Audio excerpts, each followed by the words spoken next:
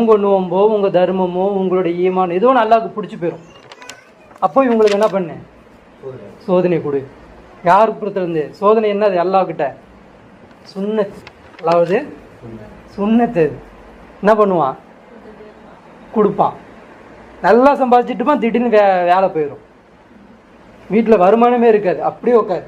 என்ன பண்ணலாம் பார்க்கலாம், 2-3 பேரையும் பார்க்கலாம், என்ன தான் பண்ணலாம் அப்படின்னு. சோதனை புரியுதா, சோதனை என்ன தான் பண்ணுறான். யார் யாருக்குள்ள சண்டை வருது, எப்படி சண்டை வருது, எதுக்கு அடிச்சுக்கிறீங்க, எதுக்கு இது பண்ணுறீங்க, இல்லை பொறுமையாக இருக்கிறீங்களா, இல்லை யார்கிட்ட உதவி கேட்குறீங்க, இல்லை இந்த காரணம் காமிச்சு போகாமல் இருக்கிறீங்களா, இல்லை என்ன தான் பண்ணுறீங்க பார்க்கலாம். அந்த டைமில் எப்படி இருக்குன்னா, சொந்த மற்ற எல்லா குடும்பமும் நல்ல வசதியோடு இருக்கும். கண்ணு ஃபுல்லாக உறுத்தும். அடுத்தனை பார்க்கும்போது ஆஹா இவன் நல்லா இருக்கிறான், இவனுக்கு ஓடுது, அவனுக்கு ஓடுது, அவன் ஒழுங்காக இருக்கானே, அவன் எப்படி இருக்கானே. இங்கே என்ன டெஸ்ட்டு மறந்துடுச்சு. என்ன டெஸ்ட்டு, இதை பார்க்கக்கூடாது, இதை செய்யக்கூடாது, எது கொடுத்துருக்கானோ ஹைர் அல்ஹம்துலில்லாஹ் இன்னா லில்லாஹி வ இன்னா இலைஹி ராஜிஊன்னு சொல்லிட்டு அடுத்த வேலைக்கு போயிடணும். என்ன வேலை, ஒரு வீடு தீனு புரிஞ்சதில்ல, அதை மேலவங்க போயிடணும்.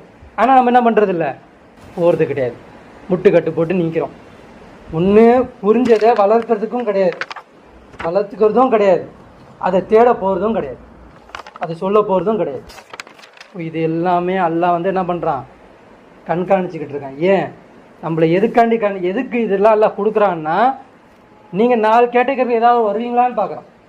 முஸ்லிமான்னு சந்திக்க போறியா, இல்லை சாலிஹா சந்திக்க போறியா, இல்லை சித்திகா சந்திக்க போறியா, இல்லை ஷோதாக்களா சாட்சியாளனா சந்திக்க போறியா, இல்லை நபிமார்கள வாரிசா சந்திக்க போறியான்றதை எல்லாம் டெஸ்ட் வைக்கிறான். நம்ம என்ன பண்ணுறோம், எந்த டெஸ்ட்டும் வேணாம், எல்லாம் எனக்கு பணம் மட்டும் கொடு, பணம் மட்டும் கொடு, எதுவும் வேணாம், சோதனை வேணாம் அப்படின்னு நம்ம நினைக்கிறோம்.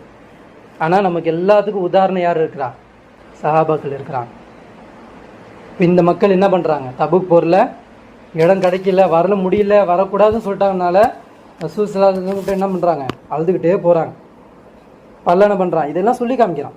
பாரு இப்படியும் மக்கள் இருந்தாங்க அப்படின்றத எல்லாம் சொல்லி காமிக்கிறான்.